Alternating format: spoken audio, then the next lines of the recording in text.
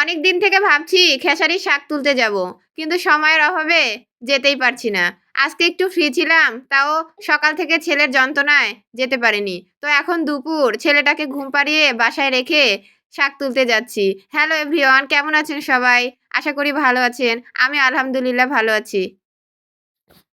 সকালে এই শাকটা তুলতে আসার কথা, কিন্তু আমি ফ্রি হলে মায়ের বিভিন্ন কাজ, আর মা যখন ফ্রি হচ্ছে তখন কিন্তু আমার ছেলেটা খুবই জ্বালাতন করছে। তো আমরা শাকগুলো তুলে নিলাম, এক ব্যাগ শাক কিন্তু তুলে নিয়েছি। তো শাক তুলে আসার সময় মায়ের এক পরিচিত মানুষের সাথে দেখা হলো, আর মা তো খুবই গল্প করতে শুরু করে দিল। তখন আমি একা একা কি করব, এক আম গাছের নিচে বসেছিলাম। গ্রামের মানুষের কিন্তু কাজই এমন। কোথাও বের হলে পরিচিত মানুষের সাথে দেখা হলেই গল্প করা শুরু করে দেয়। শহরের মানুষেরা কিন্তু এইরকম না। তো বাসায় আসার পরে আমি কিন্তু মাকে আগেই বলে দিয়েছি যে আমি কিন্তু শাক কাটতে পারব না। আমি রান্না করব, কিন্তু শাক কাটব না। তো মা আমাকে শাকগুলো কিন্তু কেটে দিয়েছিল।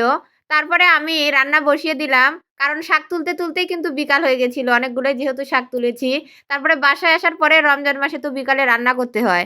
আজকে রান্না করলাম কই মাছ দিয়ে কাঁচা কলা।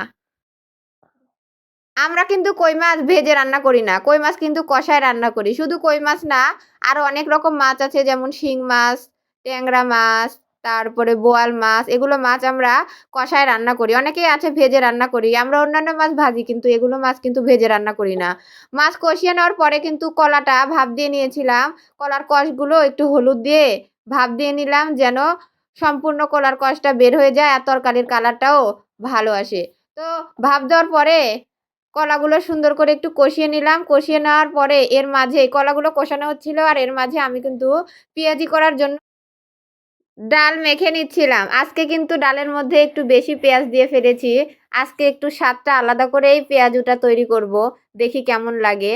তো আমার এর মধ্যে কলাটা কষানো হয়ে গেছে। এখন কষিয়ে রাখা মাছগুলো কিন্তু দিয়ে দিলাম। তারপরে একটু রান্না করে নামিয়ে ফেললাম। তারপরে ছোলাটা সেদ্ধ করে নিলাম। ছোলাটা প্রেশার কুকারেই কিন্তু সিদ্ধ করে নিলাম, যেন তাড়াতাড়ি সেদ্ধ হয়ে যায়। তারপরে মেখে রাখা ডালগুলো একটা একটা করে তেলের মধ্যে দিলাম। আজকে কিন্তু পেঁয়াজের সাইজটা কিন্তু একটু ছোট ছোট করলাম। কারণ পেঁয়াজ বেশি দিয়েছি।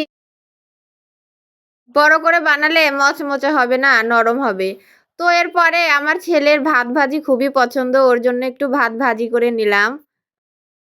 একেবারে রান্না শেষে যে শাকগুলো তুলে আনলাম, সেই শাকগুলোর ব্যবস্থা করলাম। এই শাকগুলো কিন্তু আজকে রান্না করে খাবো না। এই শাকগুলো ভাপ দিয়ে ফ্রিজে রেখে দিব। এখন তো এই শাকের সিজন, কিন্তু যখন সিজন থাকবে না, তখন কিন্তু বের করে খাওয়া যাবে ফ্রিজ থেকে। তাই বেশি করে আজকে তুলে এনেছি। এই শাক কিন্তু কম বেশি সবাই পছন্দ করে খেতে। আর যারা পছন্দ করে না, তারা কিন্তু একেবারেই খায় না।